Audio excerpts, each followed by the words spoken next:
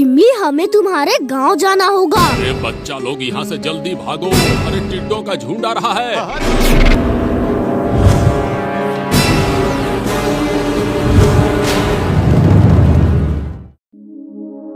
सपना हुआ सच।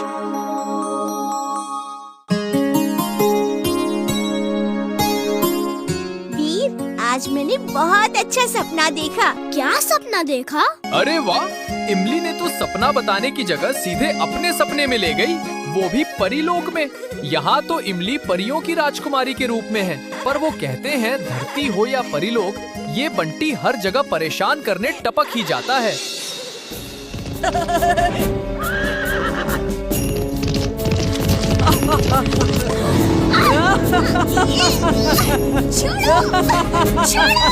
पर ये बंटी राजकुमारी इमली को लेकर कहाँ जा रहा है? बंटी का इरादा कुछ ठीक नहीं लग रहा है।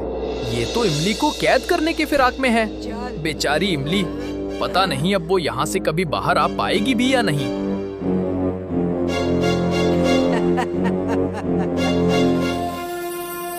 पर वो कहते हैं ना, जहाँ विलन होता है वहाँ एक हीरो भी जरूर होता है।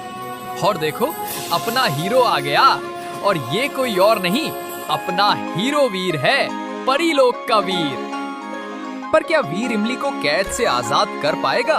क्योंकि ये दरवाजा तो टूटने का नाम ही नहीं ले रहा। टेंशन मत लो दोस्तों, ऊपर जाने का रास्ता तो इमली ने अपने बालों से बना दिया है। अब सब ठीक ही हो जाएगा, क्योंकि वीर ऊपर चढ़ चुका है और एकदम फिल्मी हीरो की तरह इमली को बचा भी लिया है। इसे कहते हैं परफेक्ट फेरी टेल। वाह, क्या सपना देखा तुमने? पता नहीं क्यों मुझे सपने नहीं आते। अब इसका सलूशन तो बस दादाजी ही बता सकते हैं। वीर, तुम एक रोबोट हो और रोबोट को सपने नहीं आते।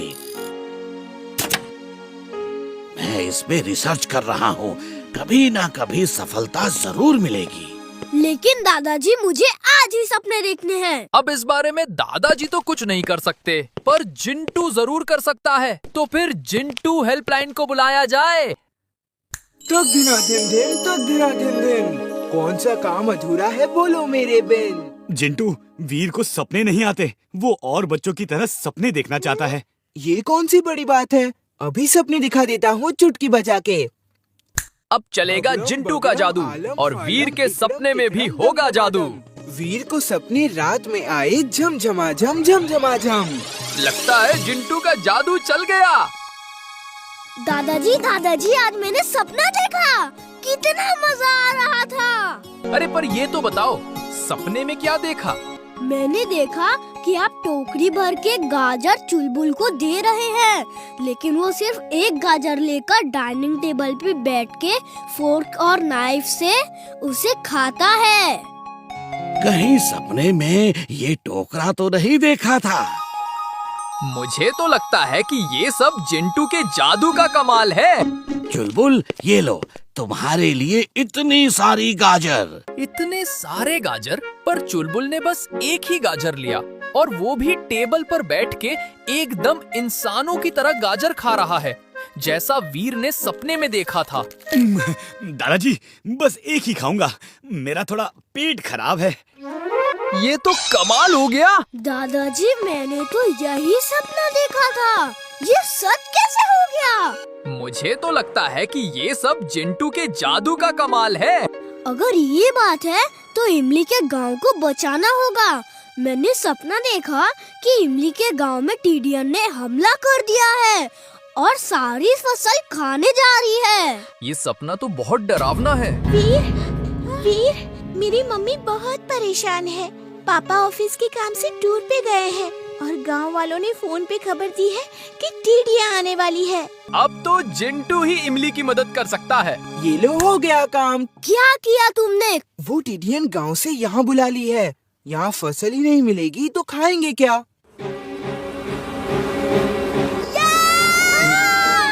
अरे जिंटू भाई, ये क्या किया?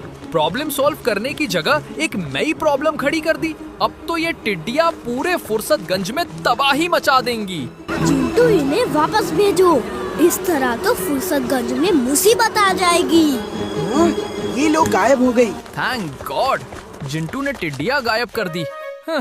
इमली, हमें तुम्हारे गांव जाना होगा। अपनी रेल कार से चलते हैं, जो मैंने तुम्हारे गांव जाने के लिए बनाई थी। वाह, ये रेल कार तो एकदम जबरदस्त है। वीर, मेरे लिए भी एक ऐसी ही कार बना दो ना। इमली, ये बच्चों की खेलने की चीज नहीं है। मैं तो रोबोट हूँ, मैं कुछ भी कर सकता हूँ। वीर, वो देखो, ट्रेन आ रही है। टेंशन मत लो इमली, ये वीर की कार है जो पटरी पे भी चल सकती है और उड़ भी सकती है। तुम बस राइड का मजा लो। वीर, मजा आ गया। ये बहुत मजा आ रहा है। और ये लोग पहुंच गए इमली के गांव। अरे बच्चा लोग यहाँ से जल्दी भागो, भागो भागो। अरे टिड्डों का झुंड आ रहा है, भागो जल्दी। पर शायद गांव वालों को ये पता नहीं कि वीर यहाँ भागने नहीं, टिड्डियों को भगाने आया है। पर वीर से पहले तो टिड्डियों का सामना करने के लिए चुलबुल तैयार है।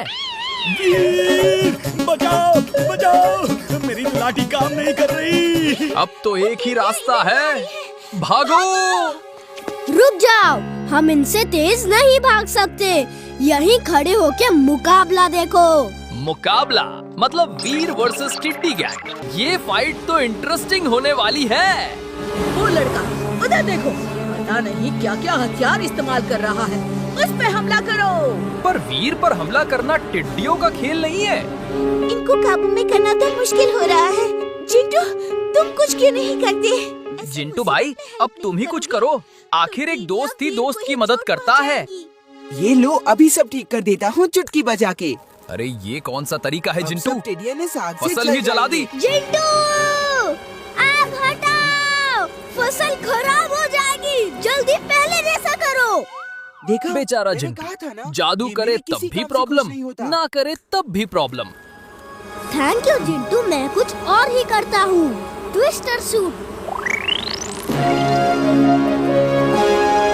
वीर, इस जगह के चारों तरफ गहरी वैली है, तुम नीचे गिर जाओगे। पर इन टिड्डियों को रोकने का कोई दूसरा रास्ता भी तो नहीं है।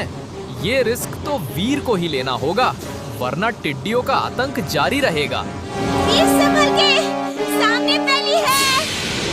ओह नो, टिड्डियों के साथ साथ वीर भी खतरे में फंस चुका है।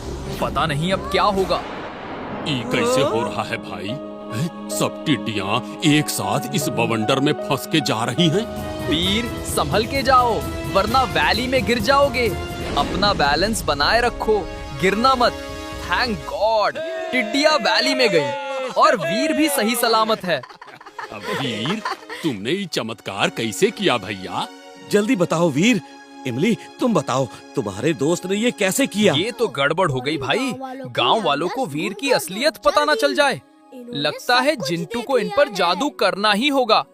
अगड़म बगड़म आलम फालम, या तुम्हारी खो जाए। जो कुछ देखा तुमने अभी है, या तुम्हें ना कुछ आए। हो गया काम। और वीर ने फिर से साबित कर दिया कि वो बस नाम का ही नहीं, काम का भी वीर है।